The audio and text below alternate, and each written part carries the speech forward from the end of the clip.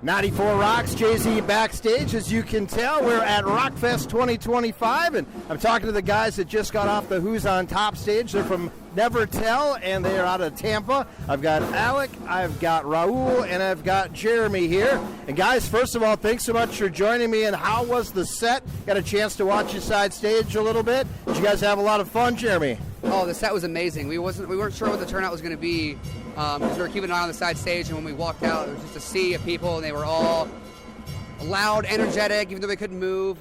They were just ready for a show, and they were loud for everything in my mind. It was an incredible day. You know, Raul, obviously, is this the first time you guys have ever played here at RockFest, and first time in Wisconsin? This isn't our first time in Wisconsin. We've played Madison and I believe it's the Sylvie. But this is our first time at RockFest, and it was amazing, man. Like the energy here, the staff, it's been great. Yeah, we're glad to be here. And let's talk about that, Alec. Do you like playing festivals? Is it new to you guys, first of all, or is this something you've been doing for a little bit? It's still pretty new, but we're getting kind of familiar with it. I think this is our fourth one now. And festivals are just so much fun. It feels like a giant party in summer camp. It's just a good day to hang out with the friends and play music. Is it easy to play in front of festival crowd, guys and gals? Because a lot of them probably look at you like, I don't know who the hell these guys are. But, you know, and so maybe some of that energy isn't there that you might see from some guys or gals that maybe are going to a smaller club. But on the flip side, Jeremy, it's also a way for you to get new people to listen to your music. Exactly. I think that's the most fun part about the festivals is that it's a nice break from like all like the rest of like the touring that we do. Getting to play for new people and try to get a new crowd into the band is always a fun challenge. I feel like for us, and try to get them to move along with the crowd, get the energy and feed off of them. It's amazing. Hey, Raul, let's talk about the band a little bit more, kind of the history of the band. And you guys, I looked up a little bit, been around for a while playing, but really started to break on the scene here in the last maybe year and a half, couple of years, especially when you got that awesome deal with Epitaph label. Yeah, I mean, we've been doing this for a very long time. It started in a basement, you know what I mean? And it was us just working online together. And we worked it up, man. Like we never really toured a lot, you know what I mean? We knew the side of creating music and being like best friends doing that. But now it's amazing to be able to get to a point where we can play shows and people know our music. People are coming out for the band, and yeah, it's just amazing that we're here and we're happy to have the team we have around us. Epitaph has been fantastic, and yeah.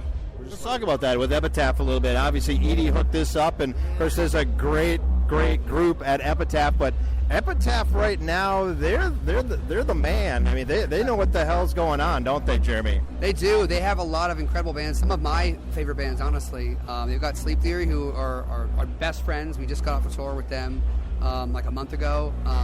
They've got Architects, another band we love. Fogman Reverse, who's killing it right now. Epitaph, in my opinion, can't be stopped. They're one of the best labels right now, and we're just incredibly fortunate and very thankful to be on a label that not only has a roster of bands that we really love, but has had bands like Bring Me the Horizon and so many others that we looked up to when we were creating and starting this band. Alec, is it mind-blowing to be on stage and starting to really move up the charts, especially when it comes to the rock charts? I mean, did you think that you would ever be a band that would actually be on rock radio at some point? No, but I always hoped. And it's been, just surreal seeing just more and more people move and sing the songs. And it's given me more confidence, and I think the guys more confidence, too, to put on a better and better show each time. And it's just, it's crazy. Of course, now I've been kind of late to the game, maybe as you guys have been around for 10, 11, 12 years. So I've really joined the band here in the last couple of years. Really started out with your song Losing Faith, which was one of your first top 40 songs that we started spinning on 94 Rocks. How big was that song for you, I guess, to maybe start breaking you out on rock radio? It was a big one. I mean, it was our first song to, like you said, hit the charts. Really introduced us to the radio station and getting more folks in. That song, I mean, once we wrote it, we knew that song was going to do something as special.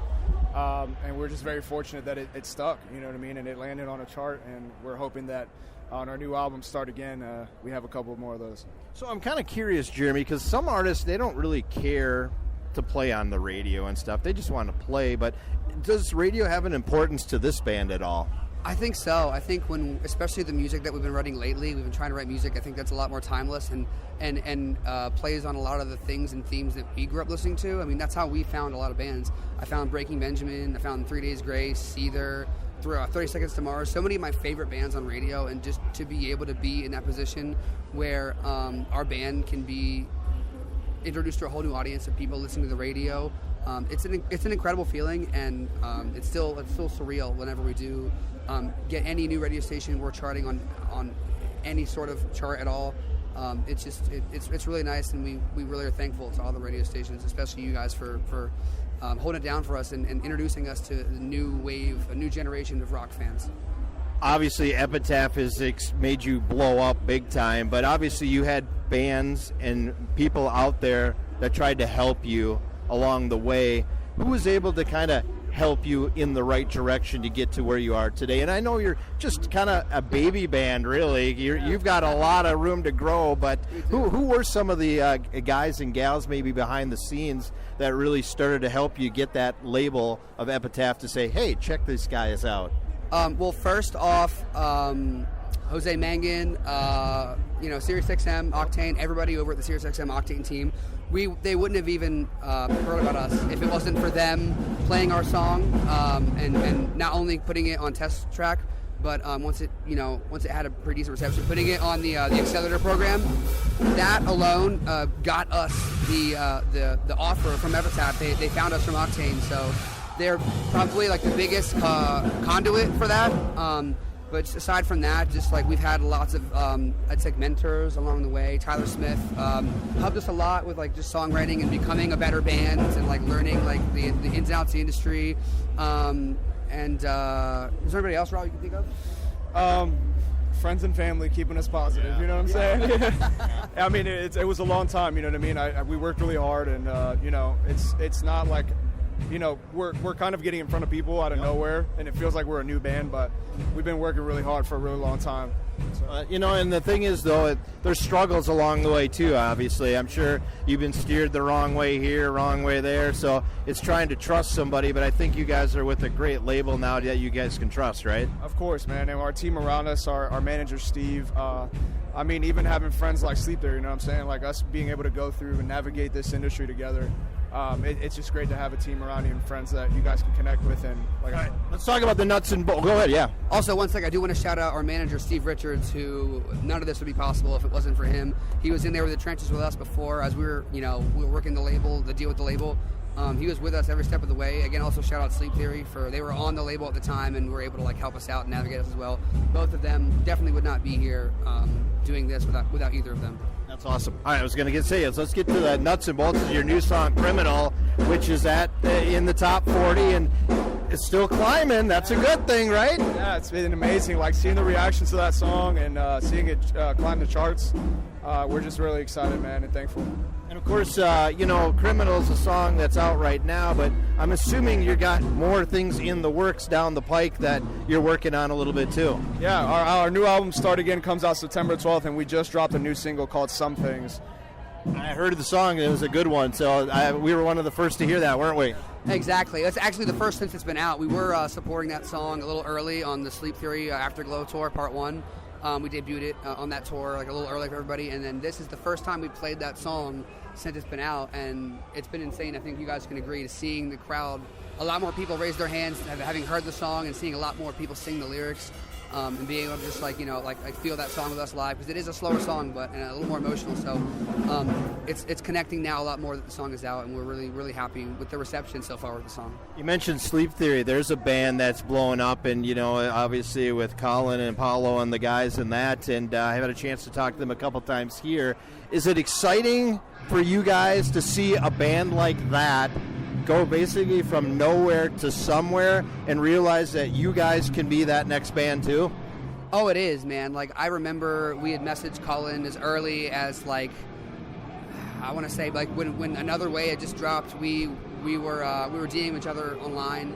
Always talked about meeting. We're fans of each other's band, and it's just so incredible to see. Not only how good of friends we've become along the way, but just being on the same label as them, getting to tour with them. just getting to share so many moments and opportunities with them, like literally our brothers, like watching them grow, rise through the charts, sell out, their first headline tour, like almost every single date. It's been incredible, and I couldn't ask for a better experience because I feel like we truly have brothers with us riding this journey with us together, and it's really great to have another band that's going through very similar things that we are, that we can like talk to and just work through all of the navigate the industry with together. How was the tour, Alec, that you're out with those guys? And then some of the, can you give us some leaks on maybe some tours that are coming up yet? Or I know you guys, I'm trying to see which guy's going to slip up around here because, Raul's going to. Steve will kill me if I slip up, and I'm not trying to get killed by Steve. He does that thing where, he does that thing and then that thing happens and it's like not fun. So, but this tour was just the best. It was the absolute most amazing thing. It felt like summer camp, just hanging with the boys every day. God, I love the guys in Sleep Theory, and just it was one of the best experiences of my life. My parents were with me on the tour. They drove around in a van following us, and they were cooking for us every night, and my stepdad was helping roadie for us, and it was just one big family the whole time, and everybody was just watching every band and just having a great time. It wasn't everybody doing their own thing together. It was everybody was doing the thing together. So Raul wants to slip up and tell us something here. So what were you going to slip up on and tell us? What's coming up for you boys? Well, nothing I'm slipping up on that's not announced. So so right now we have announced Sleep Theory Part 2. Okay. We're going on tour with them. We are going on tour with Bury Tomorrow in the UK. And then also we are headlining our first Europe tour. Start again, Europe tour. Tickets are on sale now.